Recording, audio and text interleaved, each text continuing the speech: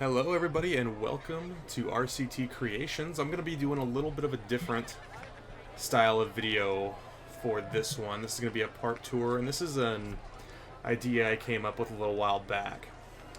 In RCT3 I created the Fun Corporation, which was creatively named after the two most creative parks ever named ever in Funland and Joyland. So I decided I'd recreate them here in RCT2. And as I was going, I thought, man, this would be a really good series. But unfortunately, I did that after construction of Funland for the opening season is complete, and the park is already open, as you can see. But I'll kind of go through here and explain kind of my idea here for what I'm going to do. So Funland is going to be owned by the Fun Corporation, and they're going to own two parks initially. Funland here opening in 1970, and Joyland opening in 1971. And the idea here is I'm going to spend a certain amount of time rolling through every season leading up to the modern day. So we've got Funland here in its opening year of 1970, and I'll go ahead and throw up what I'm going to call the operating season up on the screen for you guys right now. So as you can see as we look through, for our operating season we have just the plain white is going to be the open point of the year. So underneath, for Funland, you can see it's year-round, because this park is going to be located in California. I haven't really come up with a specific location yet, but just kind of my idea here. So as you look through, you can see the white. So white is just going to be the time the park is open, but not necessarily the most busy, kind of like most theme parks you kind of would see around. And then you have the green and the peak months. So as we all know, for parks, the peak season is typically going to be around June, July, August. And then I threw October in there for the Halloween events. And then we have the red, which is going to be the time the park is closed. Now, if you see up on the top under the legend, it says peak season, and I put advertising next to it. So we're not going to use advertising in the traditional sense in this series. What we're going to use advertising for, it's the only way the only reason I really want to use any open RCT2 cheats in this series. So what I kind of want to do for the peak season, I'll set like advertising on and then freeze it for those 3 months. And as you can see up on the very top there, we have a specific amount of time I want each month to last. So we have the in-game month, but I think those are really, really short, and I've always kind of wanted them to be just a little bit longer. So what I did up top there, as you see, January is going to be year 1 through 10. So if you look down, we're in year 24. Since this is the opening year, I started in May and kind of worked my way through. So as of right now, we're in the middle of, or I started in June, excuse me. And as you can see down there, we're in the month of what I would call August right now. So once we get to year 30 for this one, we're going to end the advertising and go into the September month and kind of see the park kind of die down. But what I've gone through is at the end of year 120, what we're going to do is close each park at the end of year 120 and kind of make any adjustments we need to make with the staffing and anything like that. Kind of just a chance to clear the park of all the guests, each one, even Funland, which is year-round. With Joyland, this is obviously going to be a lot easier because it has a closed season. Funland does not have that benefit being a year-round park, so we kind of have to modify just a little bit as we go through, but just so you can kind of see what the main idea is behind the operating seasons for each park. Now I'm also going to go into the way I'm going to do everything in this year. So I'll calculate my revenue from each park at the end of the operating year. So once we hit the end of year 120, this season's going to be a little bit short. I'll probably end it around year 60 for this first year for Funland. And what I'm going to do at the very end is total all of the cash I make from this park, or from either park, and then put it in the bank, which I have in the same spreadsheet that you saw the operating season in. And then every off season you can kind of total your cash, and then you can kind of transfer it in between any of the parks I might add to this. My plan is to eventually have 3 main parks under this series, so Funland being the first one, and we're going to kind of grow from there. But I'll go ahead and explain some of the series rules I've kind of thought about as I've gone through this. So we talked about the month length and the operating season. So what I'm going to do for construction is any construction I need to do to the park has to happen during the non-peak season or off-season. And with Joyland, that's obviously going to be a lot easier because it's not year-round. But for a park like Funland, I can kind of do some construction while the park's open, and then add rides while the park is kind of at its slower point of the year. Because you don't see a lot of parks build major rides during the peak season. I mean, you can kind of look at King's Dominion now with Rapterra. That ride looks like it's almost ready to go. But I'm going to kind of try to stick through. I'm going to try to roll through the eras as we go. As we kind of see, we're in 1970 right now, and I'm going to try to grow the rides we add the further in that we go into this series. And then as far as like ride refurbishment goes, so I'm going to go ahead and scroll over to one of the main draws here, and we'll go through the tour of this park eventually. So as you see with Cyclone here, we're running this ride with 3 trains. So we have 3 train operations, and this is not going to be something you're going to want to do year-round, because at real parks, at some point you have to take the trains off and rebuild them. So at some points I'm going to take the trains off, and it's just going to run 2 or potentially 1 for certain points of the year, and then we'll kind of grow on from there as we keep going. So a ride refurbishment, you can't run a park year-round, and the seasonal parks have the benefit of having that off-season to tear everything apart and then put stuff back together. However, with this, you're going to have to kind of play it a little bit and kind of see what your crowds look like, because at certain points you're going to have to pull trains off and leave those off. And when I do an off-season refurbishment of something like that, it has to take a minimum of 1 of my, what I will call, fun corporation months. So it's going to be like 10 in-game years where you cannot use that train or open that ride. It has to be down so maintenance can take it apart and then put it back together. So as far as that goes, once it's been down for a month, you can put that train back on, you can reopen that ride, but as we all know in real life, it takes time to rebuild these rides, so I want to make sure we take enough time to get through and do that. That's pretty much all the rules I have thus far going in this series. So I'll kind of start with a park tour. We'll start with Funland and then eventually work our way to Joyland. So as you'll see, the front gates to both these parks are going to be very similar. I apologize for my blocky building style, but scenery buildings, really not my thing. I'm more into the ride side of building things. And it really amazes me what some people can do with some buildings that they'll put together. But I like to kind of keep it more vanilla, and I tend to go really boxy. So here's our front gate. We have a nice little mountain setup in the front. You have the grass that's mowed right here, because when your guests enter the park, you want to get a good impression. And then we kind of have like the food stuff on the right side there, and you can kind of look inside here and you can see what we've got. So we have retail on the left, food on the right as you go on Main Street. At the end of Main Street here at Funland, we have our Sky Ride. And since this is a year-round park, what I decided to do was put 2 Sky Rides in. So at some point you can pull all the cars off of one of them and refurbish them, and then after that you can close the other side, refurbish them, and then you have 2 fresh Sky Rides ready for the busy season. But at any point you can have one of them open, so the ride can still be considered open. And then we have our carousel up at the front of the park, which is a staple of pretty much any amusement park that you'd have. On the left we kind of have a little sweet treat candy store on the opposite side. And as you continue down the midway right here, you have a monorail that guests can take to a different section of the park that I will get to shortly. But we do have 2 transport rides here between a train and that monorail. Now as we go on the left side here, we kind of have our kiddie area. So we have a second merry-go-round, because some parks do. Cedar Point actually has 3 carousels if you include Cedar Downs, which I do. So I kind of went with that style for this one. And then you have 2 slide towers, and then your kiddie coaster right here, which I named Mini Mania. It's kind of a candy-themed little kiddie coaster. E.F. Myler is kind of the inspiration I took for this one, just one of their small little layouts. And at the end we have a little car ride that kind of goes around. And as you're kind of looking around, you might see that stuff looks pretty plain at the beginning, and I tend to eventually add more stuff in. But for the park's opening year, I mean, you haven't had time for everything to grow in, right? So we're going to give it some time to kind of eventually expand as we get through. At the very end, we have a small little ride right here we call Wind Up. This would be, I'm going to just call it a Chance Rides Yo-Yo, which is kind of the closest thing. It's actually a custom ride that you can download, and I am using here in Open RCT2. And the further back we go, we'll kind of go back first, then go to the side, because our main event is going to be that big wooden coaster we just saw a little bit before, and we'll kind of go to that part of the park next as we go through here.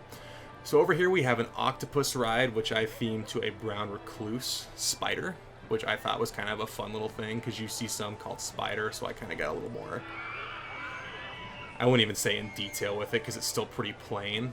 But these were mainly built by the Irely Aircraft Company. So I decided I'd plop one of those in there. And then right here you have your Funland main railway, which has 2 stations, one at the front here, and then there's one further in the back. And as you continue down this path, we get into this little area, which I would like to call Mine Town, was kind of the name I gave it while I was building it. So more older fashioned, the darker paths kind of make it feel older as you walk around through it. And right at the front you have the Timberland Log Chute, an Arrow style log ride, which is the manufacturer I decided to choose for it. Because back in the late 60s, early 70s, Arrow was the main player in the amusement ride games. I mean, car rides were a big thing from them. You had the log rides. They were just kind of all over the place across the board.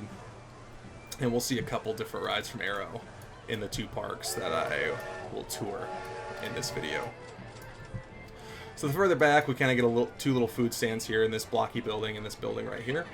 And then the family coaster of the park, like kind of the family non-kiddie, so I kind of tiered it. So we have our kiddie coaster, which is that ENF Myler Mini Mania, and now we have our family coaster, which is Carabel Mining Company. You know, just a classic Arrow mine train. Starts in the station, goes off into the woods. A little bit of theming throughout as you go around. And then it has 2 lift hills and runs 3 trains near the back of the station here. Pretty straightforward, and I'll do some more in-depth stuff with the coasters in separate videos, or maybe, heck, I'll just throw them in the end of this one. I haven't really decided yet. Continue through, we have our Scrambler ride in the back of the park. We called it Wrangler, which was, I got that from Adventureland, because back in the day, Adventureland, Iowa's old Scrambler was called Wrangler, and it was located in their kind of Western-themed area, and I really liked that name, so I stuck with it. Moving further on here, we have our little boat ride. Just a nice little lake for guests to kind of go along and enjoy. This is something I think you would see in a park from back in the day, but the closer you get to the modern age, maybe they wouldn't be around as much, so we'll kind of see the way we develop the park further in.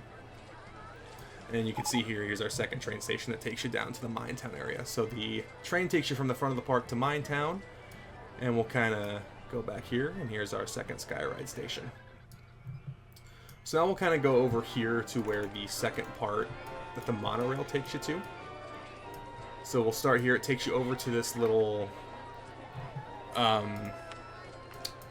what's the name of the Roundup ride? That's what they're called. So we called it Cliffhanger because I built it right on the edge and kind of the cliff. So as you're standing up, spinning around, I thought that would be a really, really cool way to kind of look down. Like, I mean, imagine standing up and looking down a hillside. I think that'd be kind of a cool little thing. And these rides were mainly designed by the Frank Hubritz company back in the day. They did a lot of paratroopers, and this was kind of the same idea, but they would just flip it upside down and then put stand-up seats on it.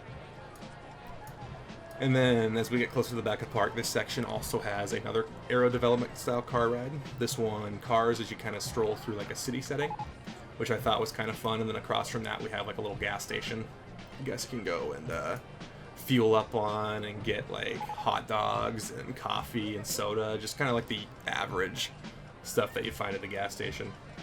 And then right next to it we have our little bumper car ride called Crazy Cabbies. And as we get further down over here, as you can see, we have our monorail. This is the second station for it, located up here in the back of the park. Monorails in parks, you don't really see much of anymore, but I thought, you know, early a lot of parks did have them. Carowinds had one. Hershey Park actually still runs theirs, and that's the only one I've had the opportunity to be on. And I think they're really cool, so that's something I thought I'd throw in, at least for the early stages of this park. And we'll kind of see how long we decide to run it. So I decided to kind of have this one be a Von Roll style monorail that kind of takes you back and forth from the front to the downtown section of the park, which is where our signature ride is kind of nestled in here. So as guests walk down, they're nestled in this little cityscape, and you can kind of look off and see the big wooden roller coaster, like the signature attraction of Funland here in the background. Now, I was really kind of debating how tall to make these when I started, because my idea at the beginning was to have this park open in 1970, and I wanted this huge 100-foot wooden roller coaster in the background. And for 1970, 100 feet was a massive, massive ride. But in the end, I decided to stick with it and just kind of go with the big ride, because the ride that immediately came to my mind was it was Montaña Rusa at La Fiera Chapultepec in Mexico before that was demolished, and that opened in the mid-60s, I believe, and stood at like 110 feet. I mean, that was a massive, massive ride back in its time. It really was up until it was demolished, which was very unfortunate. So there's kind of your walk-around tour of Funland. There's another food court right here, and kind of this blank path with this nice area right here that could potentially be used for future expansion. I already have a plan for this area right here, which I'm excited to eventually build up. This kind of flat area to the left of the main gate, which I think would be a really cool section to kind of eventually build in. And I already have a plan for what I'm going to put here eventually in the future. So that is going to be the Funland portion. Kind of a nice little overview here, so you can just take a look and kind of see where we're starting with the 1970 season. And as you can see, we're ranking in the money, so I'm hoping to get some expansion going at this park pretty quick. But I think as I expand these parks, I'll get a little bit more in depth with how I go about building my rides as we kind of expand and look for future growth as we go from the 70s to the 80s to the 90s and into the 2000s. So that is going to be the Funland tour, so we will switch on over into Joyland here momentarily. And here we are at Joyland. Now this park, I'm going to say, is located just outside of Albany, New York, so that kind of explains the shorter operating season there, but another pretty solid metropolitan area to draw from for a park opening in 1970. Or this park will open in 1971, excuse me. As we kind of look through, have the same main plaza, the exact same front gate that a corporate park would kind of go through. Eventually, where you have the food to the right, and this park you have the souvenirs to the right, excuse me, and then the food to the left. As you kind of roll through the exact same main entrance area there with the mountain in the foreground, and then you got your carousel on the right-hand side, and then a little candy store on the left-hand side. Now, something a little different here with Joyland. There's going to be one transport ride, so this park does not have a monorail. And as you can kind of see, this park is just a lot smaller compared to Funland over on the West Coast. And again, this park will have an operating season as we go through. So you have your train, and then the further back you go, a very popular ride on the East Coast is going to be the Whip. And if you haven't ridden one of these, I'd recommend getting out and riding one. These are very, very fun rides, and you almost just have to have one if you're on the East Coast this time.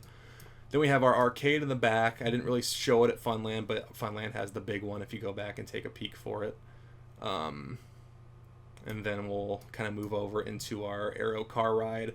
This one going to be called Classic Cars. So a couple small differences between this park and Funland, which is kind of the fun of it, but they're very similar to start. So I kind of went with like a Great America style inspiration, where you have two parks that are very similar at the beginning. Excuse me, I just made a lot of loud noise. But you have two parks that are very similar at the beginning, but kind of grow in two different paths as they age. So we'll kind of move on here into our Minetown section, which also has our second train station right here. And then our roundup ride over here at this park. It's called Steel Lasso. Doesn't have the same effect that the other one does at Funland, where it's over the cliff, but you know, you still just kind of have to. It's one of those classic rides from early days that you just kind of have to have. And then we also have our yo-yo over here in this section as well. Then over here you kind of have a Minetown food stand here. We called it Salem Commissary. Because there's a couple small towns named Salem in this part. And I believe in New York, near Albany, the Albany area, there is a town called Salem. So that's kind of where I went with that. And then further back, once again, you have another scrambler ride. We call it Wrangler again, so the same name at this park as it did have at the other one. And then right here we have a very similar kind of setup here with the log ride right next to the mine train.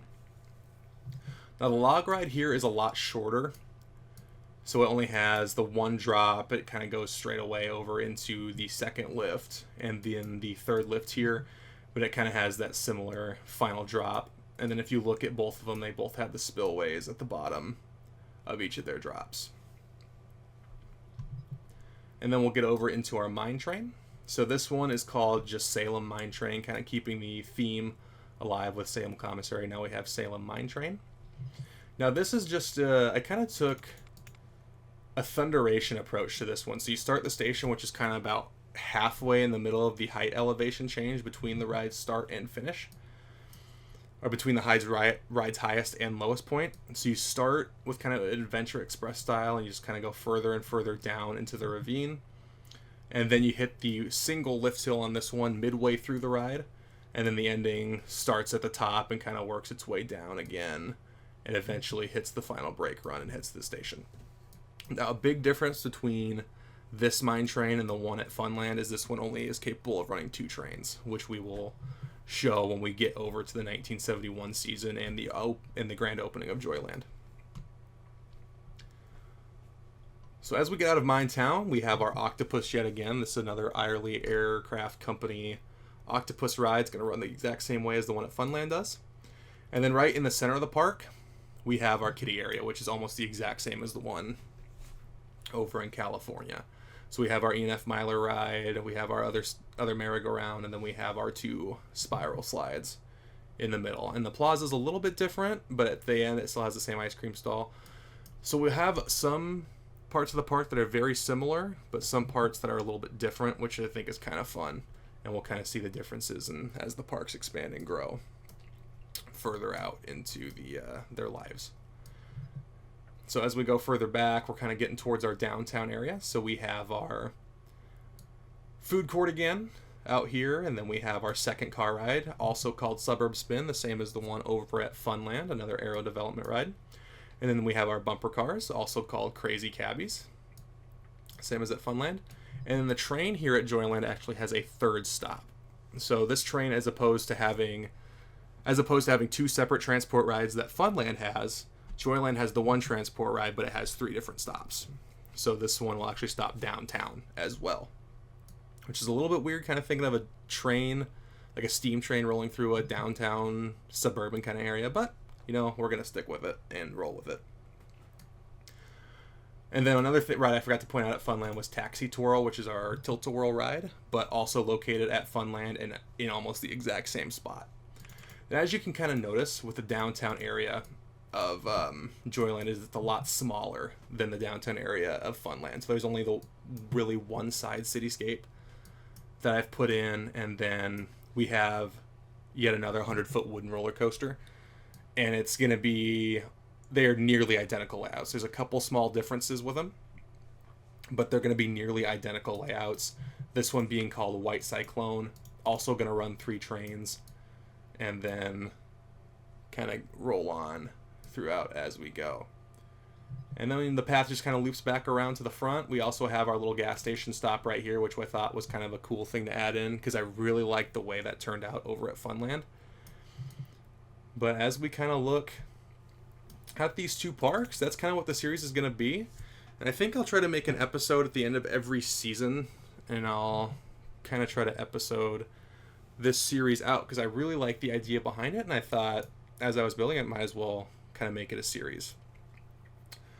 Especially since the theme park season is coming to a close, so I'll have a lot more free time on my hands to kind of sit around and get excited for next season.